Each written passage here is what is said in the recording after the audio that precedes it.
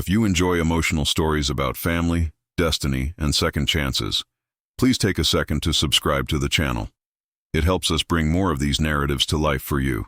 The wind in Montana didn't just blow, it bit. It had a way of finding the smallest gap in a heavy coat, the tiniest tear in a glove, and reminding you that nature was not just indifferent, but formidable. For Ethan Caldwell, the cold was welcome. It was a sensation that matched the interior landscape of his own chest, numb, quiet, and frozen in a permanent state of winter. Ethan stood on the porch of his sprawling log cabin, a mug of black coffee steaming in his hand. He watched the sunrise bleed a pale, bruised purple over the peaks of the Rockies. He was a large man, built with the dense, functional muscle of a life spent carrying heavy burdens. First as a Navy SEAL operating in the most hostile environments on Earth, and now as a widowed father trying to carry the weight of a shattered family. He took a sip of the coffee, ignoring the burn. His eyes, the color of slate, scanned the tree line out of habit. Perimeter checks were hardwired into his DNA.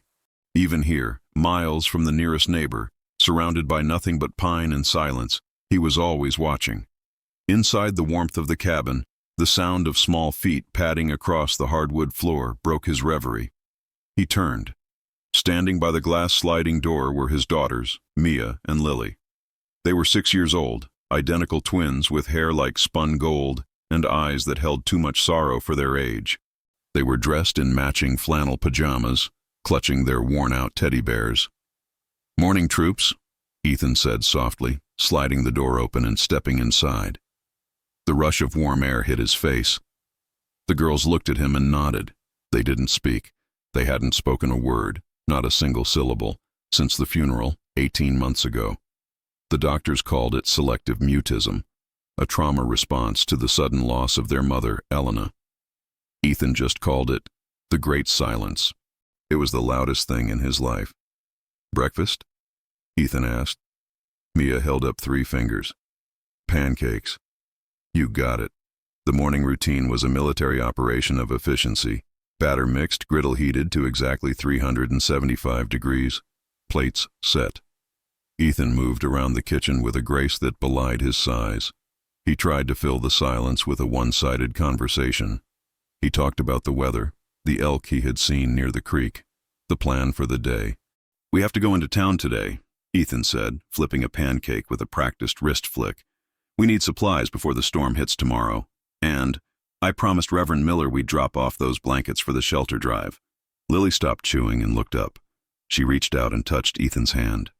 Her eyes were wide, questioning. "I know." Ethan sighed, interpreting her gaze perfectly. "Crowds, noise, we'll be quick. In and out. Tactical extraction." The girls exchanged a look. They hated town. They hated the pitying stares of the townsfolk, the women who whispered behind their hands about the poor motherless angels and the stoic, terrifying man who raised them.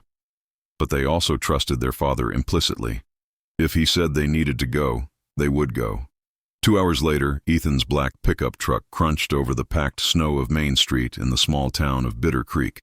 The town was decked out for the holidays, though the festive spirit seemed a bit dampened by the harsh economic downturn that had hit the region. Storefronts were empty. The Christmas lights were older, dimmer.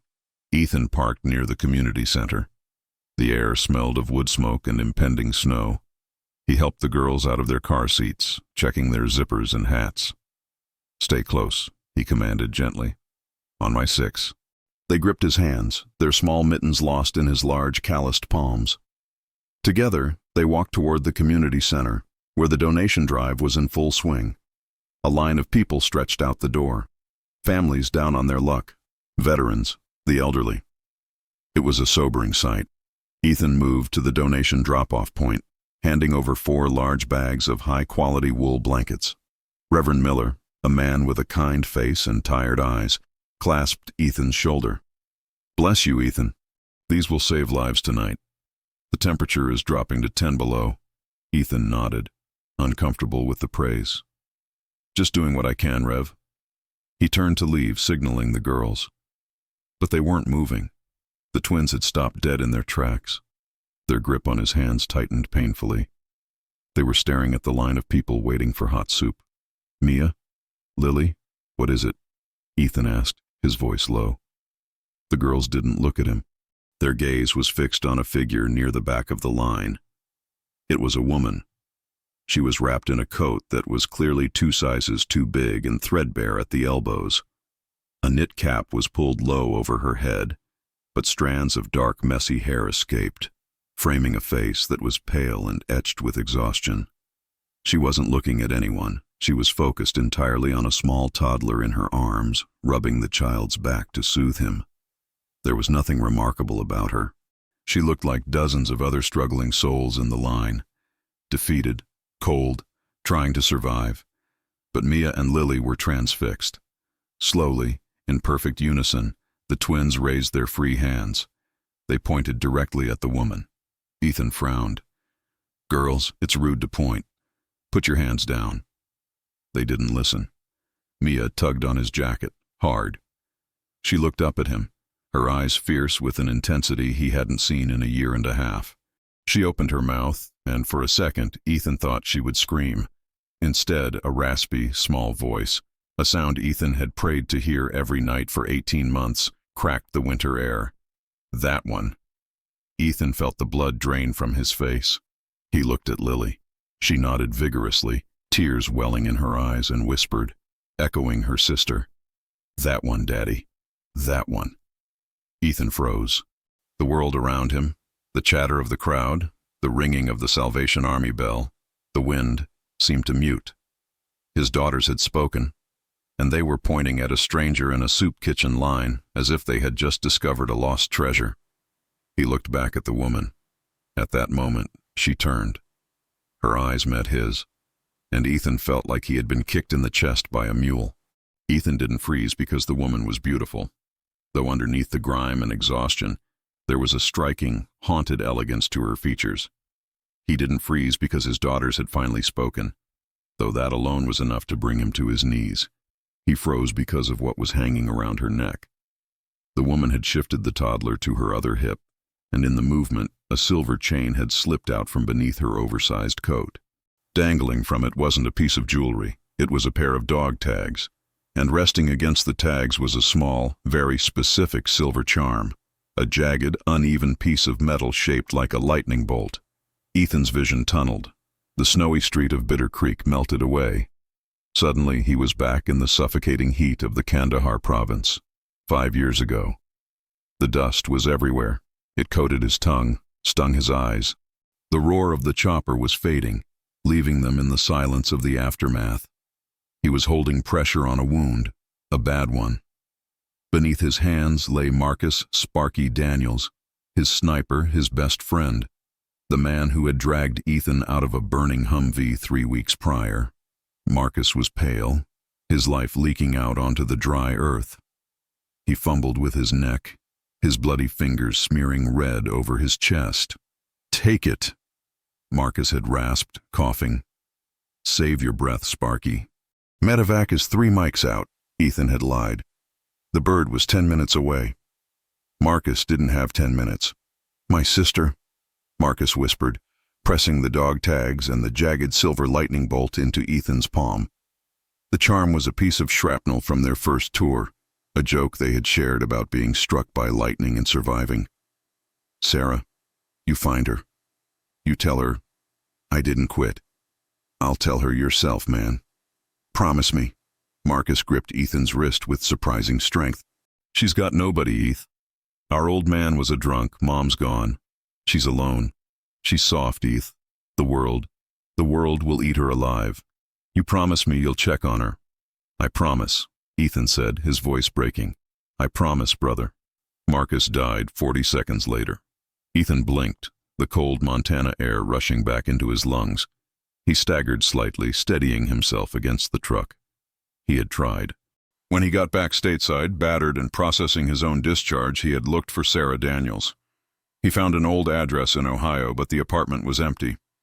Neighbors said she had moved west with a guy who looked like trouble. Ethan had hired a private investigator, but the trail had gone cold. Then, Elena had gotten sick. Cancer. Fast and aggressive. Ethan's world had shrunk to a hospital room, and the promise to a dead soldier had been buried under the avalanche of his own grief. Now, 5 years later, in a town of 2,000 people in the middle of nowhere, his mute daughters were pointing at a woman wearing Marcus's charm. "Daddy?" Mia tugged his hand again. "She's sad." Ethan looked down at his daughters. The shock of hearing their voices was warring with the shock of the recognition. You spoke," Ethan whispered, crouching down to their eye level, ignoring the wet snow soaking his jeans. "Mia, Lily, you spoke." "She needs us," Lily said, her voice stronger now. "Look." Ethan looked back at the woman, Sarah. She was at the front of the line now. He watched as she took the styrofoam cup of soup. She didn't drink it. She immediately held it to the toddler's lips, blowing on it carefully. She took a piece of bread offered by the volunteer and put it in her pocket, likely saving it for later. She looked thin, dangerously thin. Her eyes darted around nervously, as if she expected someone to jump out and attack her. She had the posture of a hunted animal. "The world will eat her alive," Marcus had said. It looked like the world had done exactly that. Ethan stood up. His military training kicked in. Observe, assess, plan. He couldn't just walk up to her. "Hey, I watched your brother die. Sorry, I'm 5 years late. Want to come to my cabin?" She would run. She looked skittish, terrified. And if she was with a man who was trouble, as the neighbors in Ohio had said, rushing in could endanger her. "Daddy, go get her," Mia urged. "We can't just grab her, sweetheart," Ethan said, his mind racing. "We have to be smart. We have to make sure she's safe." "She's that one," Lily insisted, as if it explained everything. Ethan took a deep breath. Okay. But we do this my way, quietly. We need to see where she goes. We need to make sure no one is hurting her." He guided the girls back to the truck. He didn't start the engine immediately. He sat there gripping the steering wheel, watching through the windshield. Sarah walked away from the community center, the toddler clinging to her neck. She didn't go toward the residential area. She walked toward the edge of town, toward the old industrial park where the derelict motels were. "Daddy, don't let her go," Mia whimpered from the back seat. "I won't," Ethan vowed. And this time he wasn't just promising his daughter. He was speaking to the ghost of Marcus Daniels. "I've got her, Sparky. I've got her." Ethan started the engine.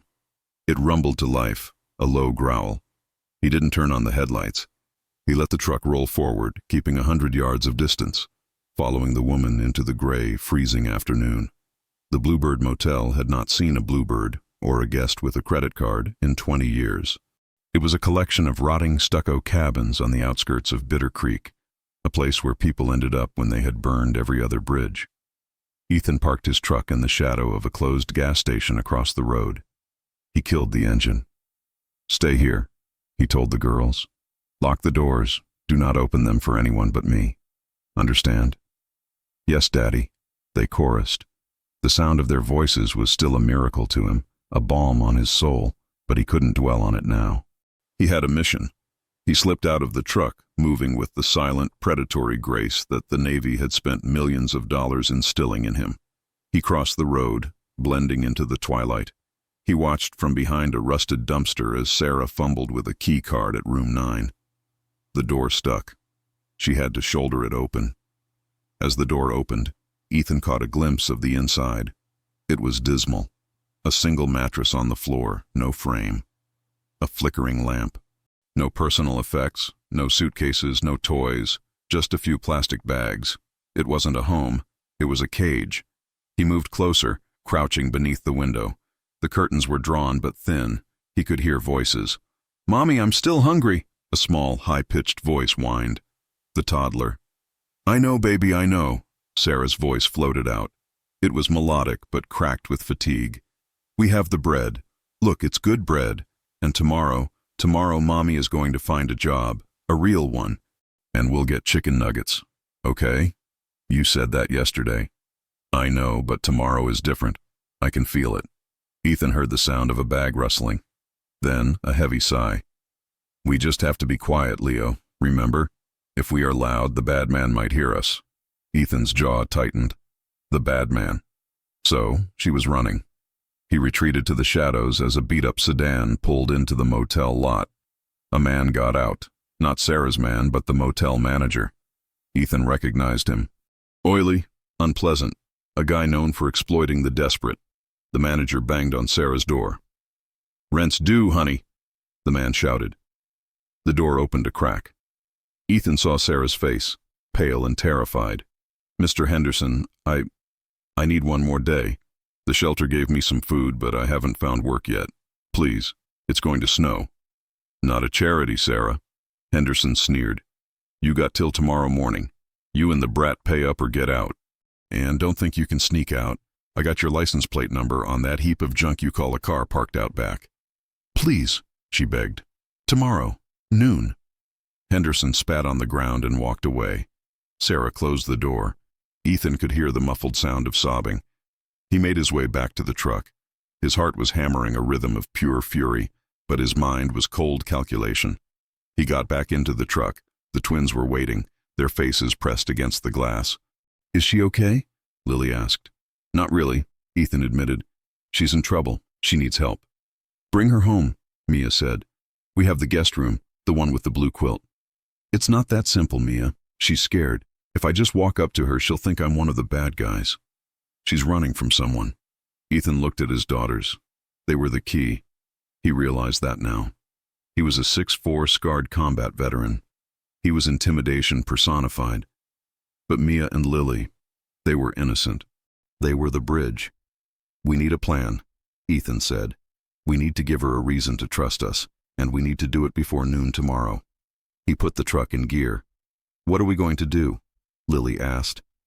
Ethan looked at the rearview mirror, his eyes narrowing. "We're going to offer her a job she can't refuse. But first, I need to make a phone call." He drove back toward the cabin, the plan forming in his mind. He would use the one thing he hated, his wealth, to save her. Ethan had invested his military earnings well, and Elena's life insurance policy had been substantial. He was rich, quietly so. He needed a caretaker for the property. He had been doing it all himself because he wanted the solitude, but now he needed a reason for Sarah Daniels to come to the mountain. But there was a risk. If she recognized him, not as Ethan but as a soldier, she might link him to the death of her brother. Grief did strange things to people. Sometimes the messenger was blamed for the message. "Daddy," Mia said softly as they wound up the mountain road. "Why did we point at her?" Ethan glanced back. "I don't know, honey. You tell me." Mia looked at her hands. "She felt like Mommy." Ethan nearly drove off the road. "What?" "Not Mommy," Lily corrected, "but like the same kind of person. Sad, but warm. Like a light that's almost out." Ethan swallowed hard. His daughters possessed an emotional intuition that terrified him. "Well," Ethan said, his voice thick, "we're not going to let the light go out. Not on my watch." Back at the cabin, Ethan didn't sleep. He spent the night on his laptop, digging. He found the bad man. It wasn't just a metaphor. Sarah had a restraining order filed in Ohio against an ex-boyfriend named Rick Sledge Turner. Assault, theft. A warrant was out for him, but he had vanished around the same time Sarah did. She wasn't just broke. She was hunting for safety. The sun began to rise, illuminating the heavy gray clouds that promised a blizzard. Ethan stood up, his joints popping. He printed a flyer, simple, dignified, help wanted, live-in caretaker, housekeeper, private estate, room and board included plus salary, safe environment for families. Inquire at the general store. He knew Sarah went to the general store to use the payphone. He had seen her park there before the shelter. It was a gamble, a trap in a way, but a trap set with kindness. "Get dressed, girls," Ethan called out. "We're going back to town, and we're going to wait." He grabbed his coat. He checked the pocket where he kept his own set of dog tags. He felt the weight of the promise. "You find her, Eth." "I found her, Marcus," he whispered to the empty room. Now comes the hard part. The Bitter Creek General Store was the heartbeat of the town, a place that smelled of sawdust, old cheese, and gossip. It was neutral ground. That was why Ethan chose it. He pinned the flyer to the corkboard next to the register, right beside ads for firewood and lost cats. The bold letters, "Help Wanted, Live-in Caretaker," stood out against the clutter. He had priced the salary intentionally high. Not unbelievable, but high enough to be a lifeline. High enough to make a desperate mother stop and read. "You hiring Ethan?" Old man Gable asked from behind the counter, peering over his spectacles. "Thought you liked being the hermit of Blackwood Ridge." "Just need some help around the place," Ethan said, keeping his voice casual. "The girls are getting older. The property needs work. It's too much for one set of hands." "Fair enough. Snow's coming in heavy tonight. You best get up the mountain soon." "I have a few errands," Ethan said. He walked out to his truck where Mia and Lily were waiting. He didn't leave. He parked at the far end of the lot, angling the vehicle so he had a clear line of sight to the store's entrance. Then he reclined his seat slightly, pulling his cap down. "Now we wait," he told the girls. "Will she come?" Mia asked, clutching her teddy bear. "If she's smart," Ethan murmured. "And she looks smart." They waited for 40 minutes. The heater hummed softly, fighting the encroaching chill. The sky had turned a flat, heavy white, the color of a blank sheet of paper before a tragedy is written on it. Then she appeared. Sarah was walking fast, her head ducked against the wind. She was pushing a stroller that had a wobbly front wheel, the toddler bundled so tightly inside only his eyes were visible. She headed straight for the payphone outside the store. Ethan rolled his window down a crack to listen, his hearing tuned by years of tracking whispers in the desert. "Please," he heard her say, her voice thin and frantic. "Just a few nights. I can pay you back when I get on my feet." "No, I'm not in Ohio. I can't tell you where I am, because he'll find out." A pause. Then her shoulders slumped. The line went dead. She had been rejected. She hung up the phone and leaned her forehead against the cold metal box. For a moment she looked like she might slide down to the pavement and never get up. But then the toddler whimpered. Sarah straightened up immediately, wiping her face with a rough sleeve. Resilience, Ethan thought. Marcus had it. She has it too. She turned to go into the store, likely to buy the cheapest food available with whatever change she had left. Ethan watched as she came out 5 minutes later, holding a small loaf of bread and a carton of milk. She stopped at the corkboard on her way out to adjust her scarf. That was when she saw it. She froze. Her eyes scanned the paper. She looked around, suspiciously, checking the street. She read it again. She reached out and ripped one of the tear-off tabs with the phone number. But then she hesitated. She looked at the number, then at the payphone. She had no coins left. Ethan saw her check her pockets. Empty.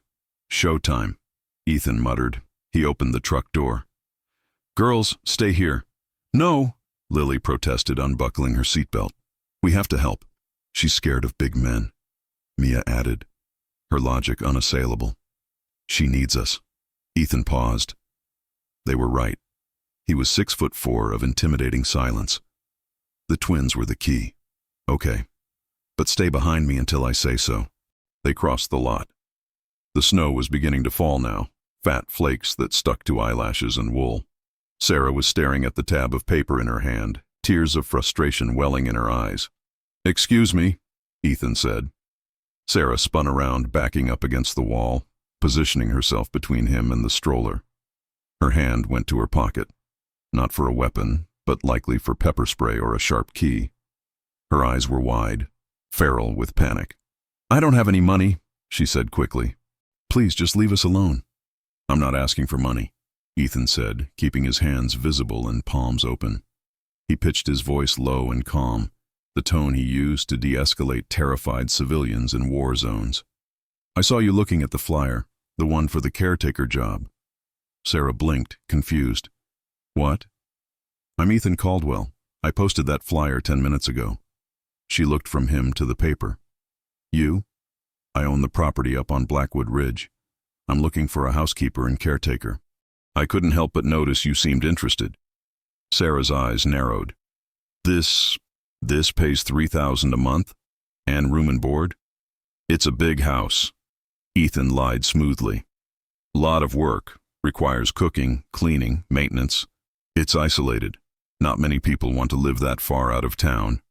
"I don't have references," she said, her guard still up. "And I have a son, a toddler. I can't leave him." The job is live-in. Children are welcome.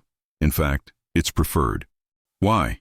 Ethan stepped aside, revealing Mia and Lily standing behind him. Because I have 2 daughters, Ethan said softly, and they get lonely up there.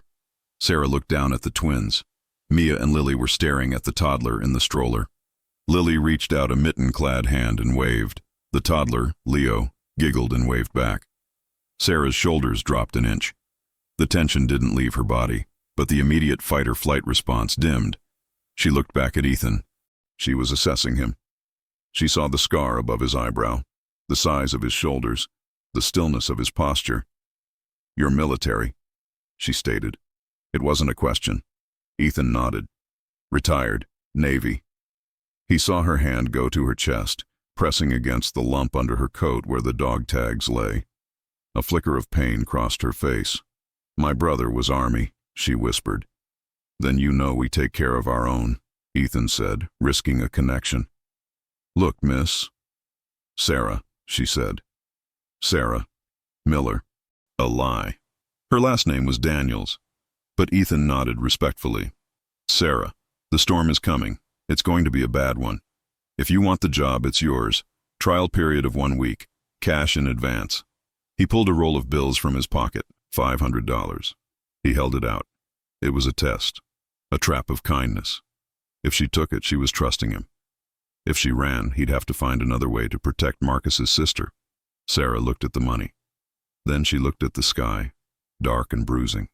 She looked at her son, who was shivering slightly in the thin stroller. Finally, she looked at Mia and Lily, who were looking at her with an intensity that bordered on pleading. "I have a car," she said. "It's unreliable."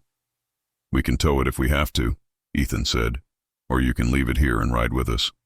"I'll follow you," she said firmly.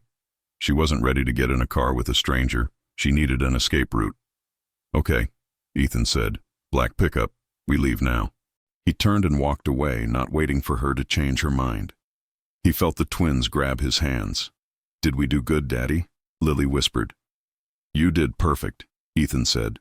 "Mission accomplished." But as he got into the truck and watched Sarah sprinting to her battered sedan in the rearview mirror, he knew the mission had just begun. He had the target. Now he had to secure the perimeter. The drive up to Blackwood Ridge was treacherous. The paved road gave way to gravel, and the gravel gave way to a dirt track that was rapidly disappearing under 6 inches of fresh snow. Ethan drove slowly, his eyes glued to the rearview mirror. Sarah's car, a rusted beige sedan that looked like it had survived a demolition derby, was struggling. Its headlights were dim yellow beams cutting through the swirling white. "Is she still there?" Mia asked, kneeling on the back seat to look out the rear window. "She's there," Ethan said. "She's fighting." He respected that. The car was sliding, the tires spinning, but she kept correcting the wheel. She was a survivor. They reached the gate of Ethan's property. It was a formidable structure, heavy iron reinforced with steel beams, flanked by stone pillars. To the casual observer, it looked like a wealthy man's entrance. To a trained eye, it was a checkpoint. Ethan punched in the code and the gates swung open. He waited for Sarah to pass through, then closed them. The heavy clang of the lock engaging echoed through the trees. She's safe now, he thought. Or she's a prisoner. He hoped she would see it as the former. The cabin sat at the top of the rise. It was massive, built of timber and stone, with a wraparound porch and large windows that were currently glowing with amber light. Ethan had set the smart home timers to create a welcoming atmosphere. He parked and hopped out to help her. Sarah's car sputtered and died with a final exhausted cough as she parked next to him. She stepped out, the wind whipping her hair across her face. She looked up at the house, her eyes wide. This is where you live?" she shouted over the wind. "It's sturdy," Ethan said. He grabbed her 2 plastic bags from the back seat.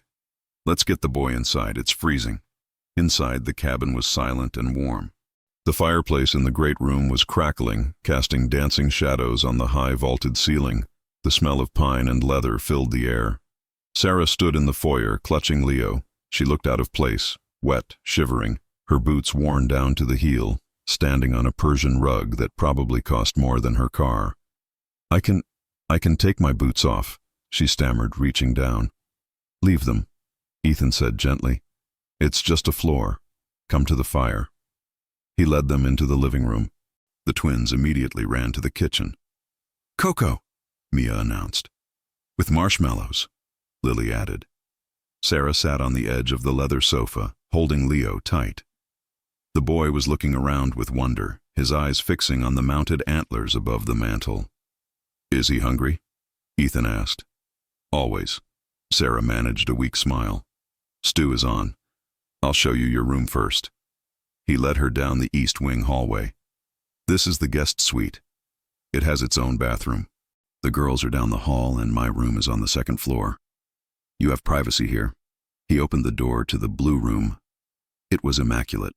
A king-sized bed with a thick down comforter, a window overlooking the forest, and a private bath with a deep tub.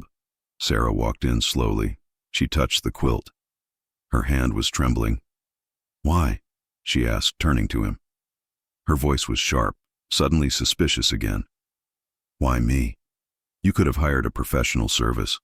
Why a woman from a parking lot with a toddler and a broken car? Ethan leaned against the doorframe.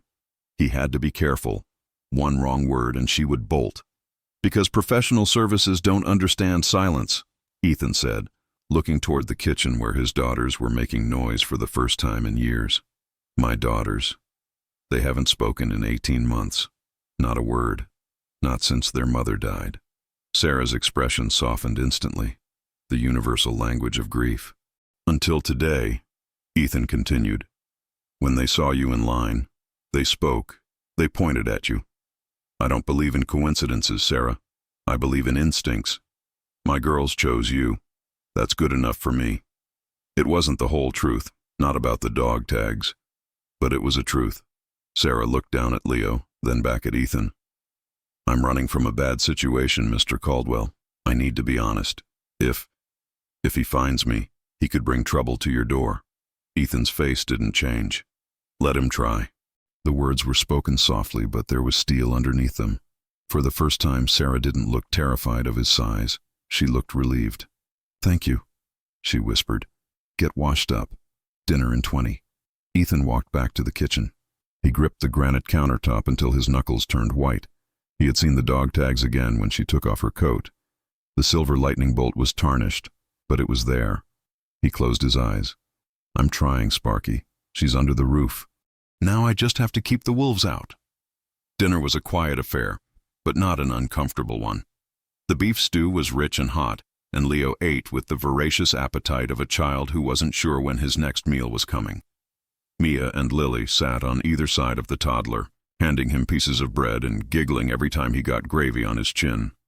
Sarah watched them, her body slowly uncoiling from its permanent state of tension. The food is amazing, Sarah said.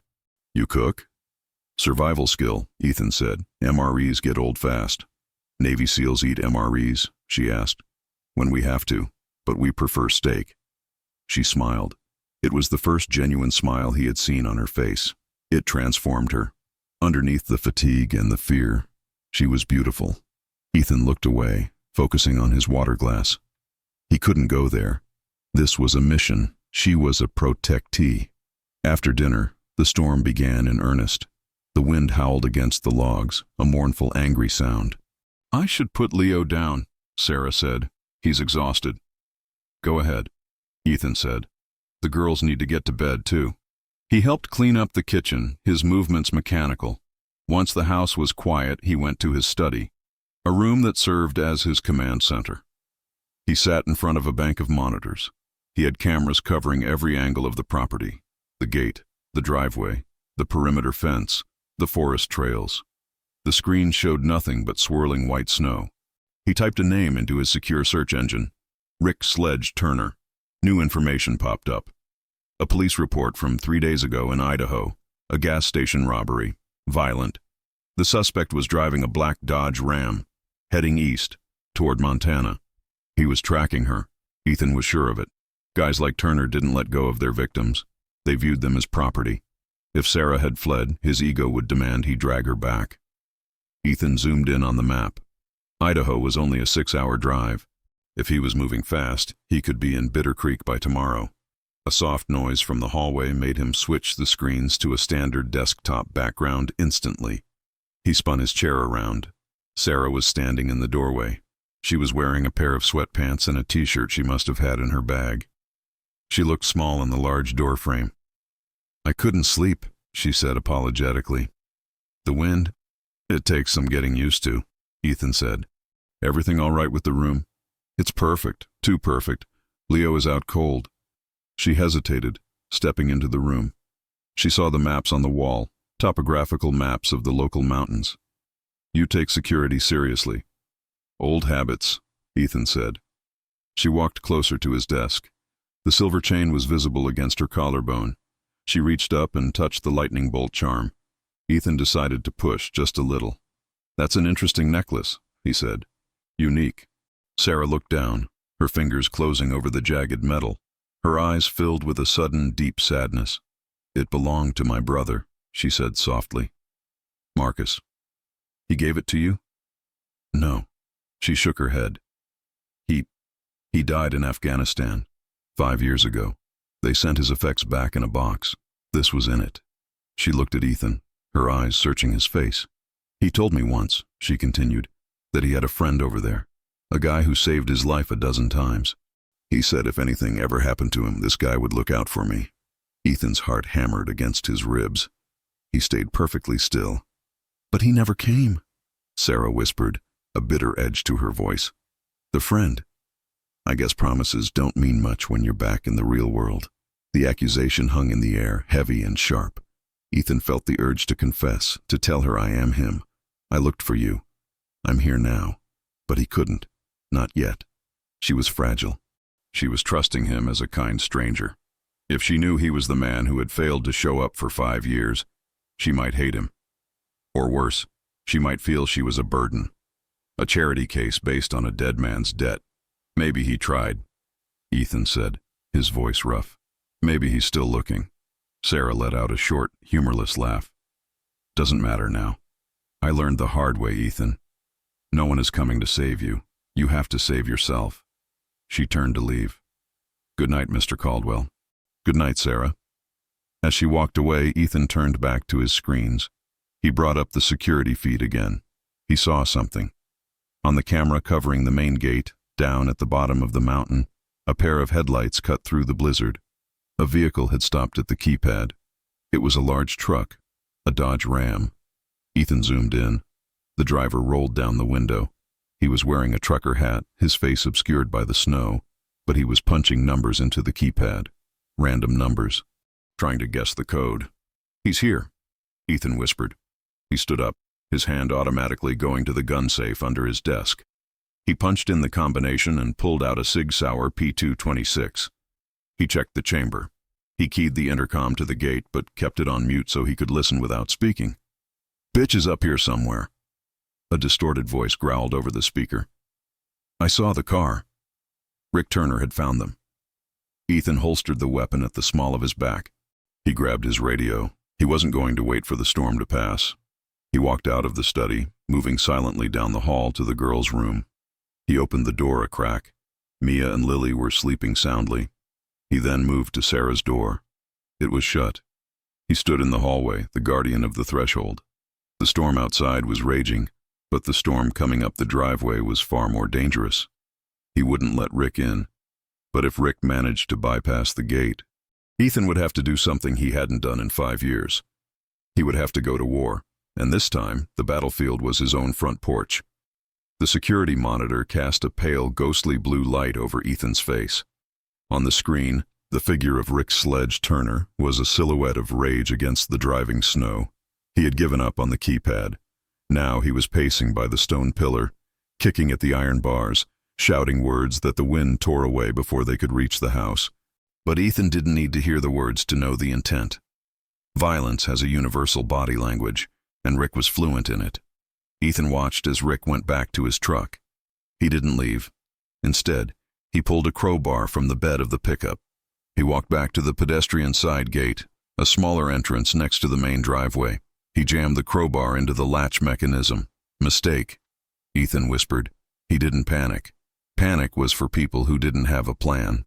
Ethan had 3 plans for every room in his house and 5 for the perimeter. He moved quickly to the gun safe, but he didn't reach for the firearm this time. Shooting an intruder was a legal nightmare, even in self-defense, and he didn't want a dead body on his property while his daughters were sleeping upstairs. He needed to neutralize the threat, not end a life. He grabbed a tactical baton and a heavy-duty flashlight. He pulled on his white winter camouflage jacket, a ghost suit. It would make him nearly invisible in the blizzard. Before he left the study, he tapped a command on his keyboard. Protocol, lockdown. Throughout the house, heavy electronic deadbolts engaged on every exterior door and window with a series of dull, rhythmic thuds. The shutters on the lower floor rolled down automatically. To anyone inside, it sounded like the house was settling. To anyone outside, the cabin had just become a fortress. Ethan slipped out through the mudroom door, which he locked manually behind him. The cold hit him like a physical blow, -20 degrees and dropping. The wind screamed through the pines. He didn't walk down the driveway. That was a fatal funnel. He moved into the tree line, his boots sinking silently into the fresh powder. He moved parallel to the driveway, a shadow among shadows, heading toward the gate. Down at the entrance, the sound of metal screeching against metal pierced the night. Rick was putting his back into the crowbar. The lock snapped with a loud crack. Rick pushed the gate open and stumbled through, grinning. He thought he had won. He marched up the driveway, the crowbar swinging loosely in his hand, eyes fixed on the lights of the cabin up the hill. "I'm coming for you, Sarah," he screamed, his voice raw. "You think you can hide?" Ethan watched him from 10 feet away, concealed behind a massive Douglas fir. He controlled his breathing, in, out. He waited. Rick took another 10 steps. He was now well inside the property line. Ethan stepped out from behind the tree. He didn't shout. He didn't threaten. He simply clicked on his flashlight. The beam was blinding, 2,000 lumens cutting through the darkness and hitting Rick square in the face. Rick stumbled back, throwing his arm up to shield his eyes. "What the hell? Who's there?" "Turn around." Ethan's voice cut through the wind. Calm, deep, terrifyingly steady. "Walk away, and don't look back." Rick squinted, trying to see past the light. "Who are you? Where's my wife? Where's Sarah?" "She's not your wife," Ethan said, "and she's under my protection. This is private property. You are trespassing." Rick laughed, a harsh, jagged sound. He gripped the crowbar tighter. "Listen here, flashlight hero. I don't know who you are, but you're standing between me and my family. You better move, or I'm going to crack your head open like a walnut." "Last warning," Ethan said. Rick roared and charged. He was big, maybe 240 pounds of bar fight muscle, and he had the momentum of rage. He swung the crowbar in a wide, vicious arc, aimed at the light. Ethan didn't retreat. He simply stepped to the left, a quarter-turn drop step. The crowbar whooshed through the empty air where Ethan's head had been a fraction of a second before. Rick's momentum carried him forward, off balance on the slick snow. Ethan moved. A swift, calculated strike with the baton to the back of Rick's knee. Rick howled as his leg buckled. He hit the snow face first. Before he could scramble up, Ethan was on him. Not frantically, but with the heavy, crushing weight of experience. He pinned Rick's arm behind his back, applying pressure to the wrist that forced the crowbar to drop. "Ah, you're breaking it!" Rick screamed. "I haven't started breaking things yet." Ethan growled into his ear. "Stay down." But Rick was desperate. He bucked wildly, reaching into his jacket pocket with his free hand. Ethan saw the glint of steel. A knife. Escalation, Ethan thought. Ethan shifted his weight, driving his knee into Rick's shoulder blade, pinning him flat. He stripped the knife away and tossed it deep into the snowbank. "That was a bad choice," Ethan said. He pulled a set of zip ties from his pocket. Within seconds, Rick's hands were secured behind his back. Ethan hauled him up by the collar of his jacket. Rick was gasping, face red with cold and fury, snow clinging to his beard. "You can't do this," Rick spat. "I have rights. That's my son in there." "Your rights ended at the gate," Ethan said. "Now move." "Where are you taking me? The cops?" "Police won't make it up the mountain in this storm," Ethan said grimly. "We're going to the shed, and you and I are going to have a long talk about why you're never coming back to Montana." Ethan marched him toward the equipment shed, a sturdy outbuilding 50 yards from the main house. He shoved Rick inside and locked the door from the outside. He stood there for a moment in the howling wind, adrenaline fading, leaving a cold clarity. He had the wolf in a cage, but when he turned to look at the house, his blood ran cold. The light in the study was on, and a silhouette was standing at the window, looking down at him. It wasn't Mia. It wasn't Lily. It was Sarah. Sarah had woken up when the shutters went down. The sound wasn't loud, but it was mechanical, unnatural. It triggered the alarm bells in her mind that had been ringing constantly for months. She had crept out of bed, checking on Leo. He was sleeping soundly. She checked the hallway. It was empty. She called out softly for Ethan, but there was no answer. She saw the light spilling from the slightly open door of the study. She walked in, shivering in the drafty hall. Ethan? The room was empty. The chair was spun around, but the screens were active. Sarah walked over to the desk. She saw the security feed. She saw the gate standing open. She saw the tracks in the snow. Her heart hammered against her ribs. He found us. Rick found us. Panic, cold and sharp, seized her. She had to grab Leo. She had to run. She turned to flee the room, but her eyes snagged on something on the bookshelf. In her haste earlier, she hadn't looked closely at the room. Now, illuminated by the glow of the monitors, she saw the framed photographs. Ethan in dress blues, Ethan receiving a medal, and then a photo tucked into the corner of a frame, slightly faded. It was a group shot. Desert camouflage. Dust. 8 men standing in front of a Humvee, arms around each other, grinning despite the exhaustion in their eyes. Sarah gasped. She reached out, her fingers trembling, and picked up the frame. Second from the left. A young man with a lopsided grin and a bandana tied around his neck. Marcus, she whispered.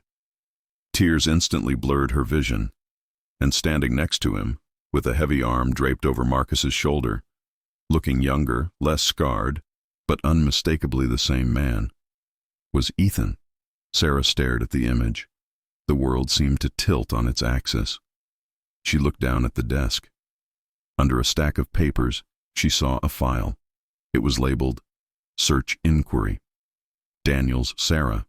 The date on the file was 4 years ago. She opened it. It was a dossier, notes from a private investigator, old addresses, employment records. Ethan hadn't just met her in line at the soup kitchen. He had been looking for her, for years. He knew, she breathed. He knew who I was. A mixture of emotions crashed over her. Relief? Yes. Betrayal? Maybe. Confusion? Definitely. Why hadn't he told her? Why the charade with the flyer? Why the job offer? She moved to the window and looked out into the storm. She saw the flashlight beam dancing near the shed. She saw Ethan walking back toward the house. He looked massive, formidable, a warrior returning from battle. He wasn't just a kind stranger. He was the man Marcus had trusted with his life. The front door opened downstairs. The wind howled briefly, then was cut off as the door slammed shut. Sarah put the photo down. She waited. She heard his heavy boots on the stairs. He paused outside the study. Ethan walked in. He was still wearing his white jacket, wet with melting snow. His face was red from the cold, his expression unreadable. He saw Sarah standing by the desk. He saw the photo in her hand. He stopped. He didn't try to hide it. He didn't make an excuse. He just stood there, filling the doorway. You knew, Sarah said. Her voice was steady, though her hands were shaking. Ethan nodded once. I knew. You're the friend, she said. The one he talked about. The one with the lightning bolt. Sparky, Ethan said softly. He called me Eth. I called him Sparky. Why didn't you tell me? Sarah demanded, a tear finally escaping. In the parking lot? In the kitchen? Why did you let me think this was charity? Because you were scared, Ethan said, walking further into the room. You were running. If a strange man walked up to you and said, I knew your dead brother and I want you to come to my house in the woods, would you have come? Sarah hesitated. No, exactly. I needed you to feel safe. I needed you to have a job, dignity, a reason to stay. I didn't want to be a savior, Sarah. I just wanted to keep a promise. A promise? To Marcus. When he died, He made me promise to find you, to make sure the world didn't eat you alive. Ethan's voice cracked slightly. I tried, Sarah. I looked for you for years, but I failed. Until yesterday. Until my girls pointed at you. Sarah looked at the photo again. Rick is here, isn't he? That's where you were.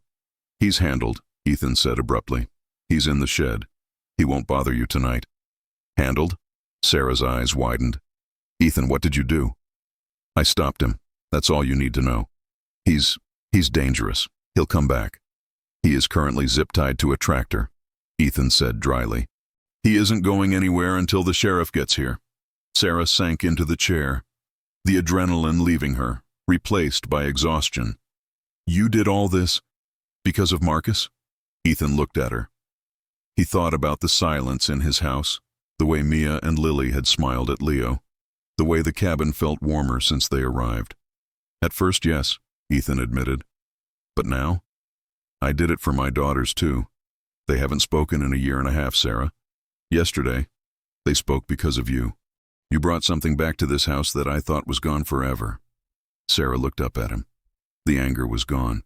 In its place was something else, a deep, resounding gratitude.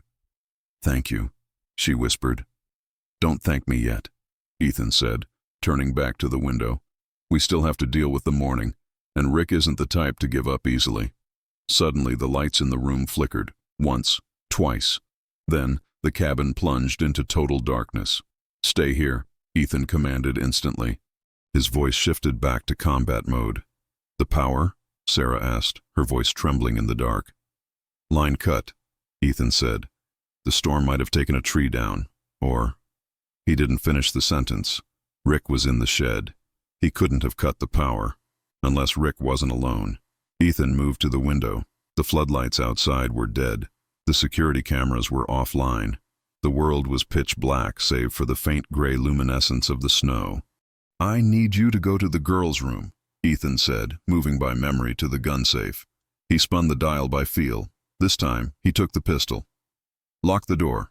Do not open it unless you hear my voice. The specific code word is lightning. Ethan, you said Rick was alone. He was driving alone. But guys like that, they have friends. And if he didn't check in, someone might have come looking. Or worse, Ethan had underestimated Rick's resourcefulness. Had he escaped the shed? Ethan handed Sarah a heavy flashlight. Go. Now. Sarah ran down the hall. Ethan waited until he heard the click of the bedroom lock. He stood in the darkness of the landing, listening. The house groaned under the wind. But underneath the wind, he heard a sound. Glass breaking. Downstairs. The kitchen window. Rick had escaped the shed. Ethan cursed himself. He had underestimated the desperation of a cornered animal. Rick must have found a tool in the shed, something Ethan missed or managed to break the latch. And now he was in the house. Ethan moved down the stairs. He didn't turn on his flashlight. He knew every creak of every floorboard in this house. He was part of the architecture. He reached the bottom of the stairs. The air in the living room was freezing. The window was definitely broken. I know you're in here, soldier boy. Rick's voice bellowed from the kitchen. He sounded unhinged, manic. You think you can lock me up like a dog? This is my family, my son. Ethan moved silently across the rug. He could hear Rick crashing around, knocking over chairs. Rick was loud, clumsy, and blind in the dark. Ethan was silent, focused, and acclimated. He saw the shadow of Rick moving near the kitchen island. Rick was holding something, a kitchen knife he must have grabbed from the block. Ethan holstered his gun. He wouldn't shoot an intruder in a dark house with kids upstairs unless absolutely necessary. The risk of a stray bullet was too high. Hand-to-hand was safer for everyone but him. He picked up a heavy throw pillow from the sofa. He tossed it to the far corner of the room, near the fireplace. It landed with a soft thump. Rick spun around, slashing the air. Who's there?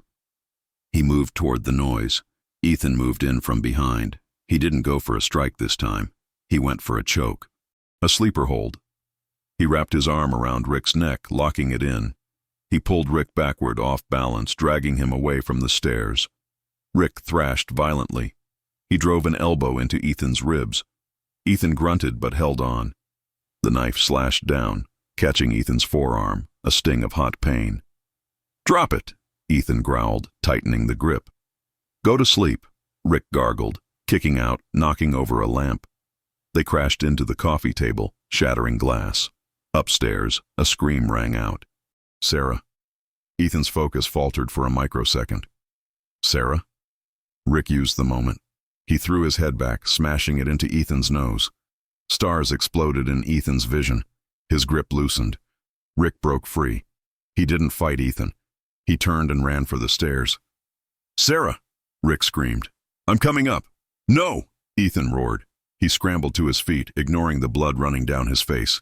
He lunged, grabbing Rick's ankle just as he started up the steps. Rick kicked back, his heavy boot catching Ethan in the shoulder, but Ethan didn't let go.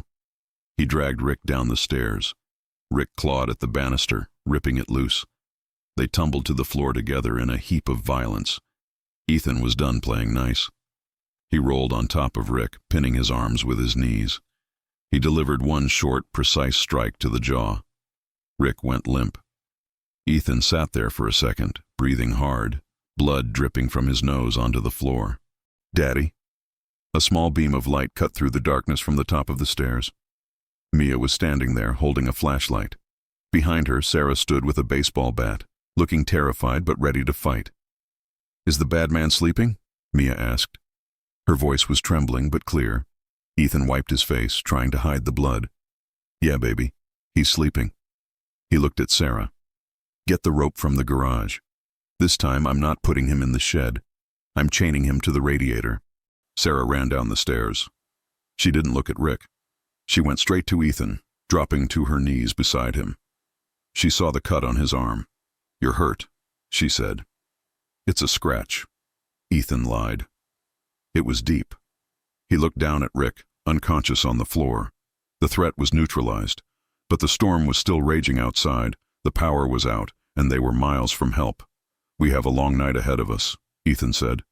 Sarah reached out and took his hand. Her grip was iron strong. We'll handle it, she said. Together. Ethan looked at her. In the chaos, something had shifted. They weren't strangers anymore. They were allies. Together, he agreed. But as he looked at the window, watching the snow bury the world, he knew the hardest part wasn't the fight. It was what would come when the snow melted and the secrets were fully exposed. The hours between the fight and the dawn were the longest of Ethan's life. Longer than any night shift in the desert. Longer than the nights spent waiting in hospital waiting rooms. They had dragged Rick, unconscious but breathing, back to the heavy oak pillar near the staircase. Ethan used heavy-duty cargo straps to secure him. He wasn't taking any chances with zip ties this time. Rick was effectively immobilized, a dark lump of malice defeated by the protector of the house. Once the threat was secured, the adrenaline crashed. Ethan sat on the edge of the hearth, the fire dying down to embers. The pain in his forearm was a throbbing hot line of fire. The knife had gone deep. Let me see it, Sarah said. She appeared with the first aid kit Ethan kept under the sink. It's fine. Ethan grunted, trying to pull away. Just need some tape. Ethan, she said firmly. Sit still. He looked up at her. In the dim light of the flashlight she had set on the table, she looked exhausted. Her hair was messy, her clothes rumpled, bruises forming under her eyes from lack of sleep, but her hands were steady. She wasn't the terrified woman in the parking lot anymore. She was the woman who had stood at the top of the stairs with a baseball bat. She cut away his sleeve. She cleaned the wound with alcohol. Ethan flinched, his jaw tightening. Sorry, she whispered. It needs stitches. Do you have... Suture kit in the side pocket, Ethan directed. He watched her work. She was precise. Where did you learn to do this? He asked, watching her thread the needle. My dad, she said quietly. He was a drunk, but he was also a carpenter. He got hurt a lot. We couldn't afford doctors. You learn to patch things up. She pierced the skin. Ethan didn't make a sound. You knew Marcus, she said, not looking up from the wound. You were there when he died. Yes. He never told me you were rich, she said, a small smile touching her lips. He just said you were intense. Intense is a polite word for it, Ethan admitted. He was the funny one. He kept the squad sane. When the IED hit, I was the one who pulled him out, but I couldn't stop the bleeding. I tried, Sarah. God knows I tried. Sarah tied off the final stitch. She snipped the thread. She placed a sterile pad over the wound and began to wrap it with gauze. He gave you the tags, she said. He told me to find you. He said the world would eat you alive if I didn't. Ethan looked at the floor. I felt like I failed him. It took me 5 years, and when I finally found you, you were already in the lion's den. Sarah finished the bandage. She rested her hand on his uninjured arm. The touch was warm, grounding. You didn't fail, she said firmly. You were there when I needed you most. You opened the door. Most people lock their doors when they see trouble coming. You invited it in to protect a stranger. You're not a stranger, Ethan said, looking her in the eyes. You're family. You just didn't know it yet. From the top of the stairs, a small sound broke the moment. Mia and Lily were sitting on the landing, wrapped in their blankets, watching them through the banister rails. Is he gone? Lily asked softly. Ethan stood up, ignoring the pain in his arm. He walked to the bottom of the stairs. He's not going to hurt anyone ever again, Ethan promised. The police will be here as soon as the sun comes up. We were scared, Mia whispered. I know, Ethan said. I was scared too. You? Sarah asked, surprised. The Navy SEAL was scared. Ethan looked at his daughters, then at Sarah. I have a lot more to lose now than I did in the Navy. The sun finally broke over the ridge around 8 a.m. It was a brilliant, blinding gold, reflecting off the 3 feet of pristine white snow that had buried the world. The sound of a heavy engine roared up the driveway. Not a pickup truck this time. A snowplow, and behind it, the flashing lights of the sheriff's department. Ethan walked out onto the porch, the cold air stinging his face. Sheriff Miller stepped out of his cruiser, his hand on his holster as he saw the damage to the gate. Ethan, Miller shouted. We got a 911 hang-up from this sector before the lines went down. You okay? I'm fine, Jim, Ethan called back. But I've got a package for you inside.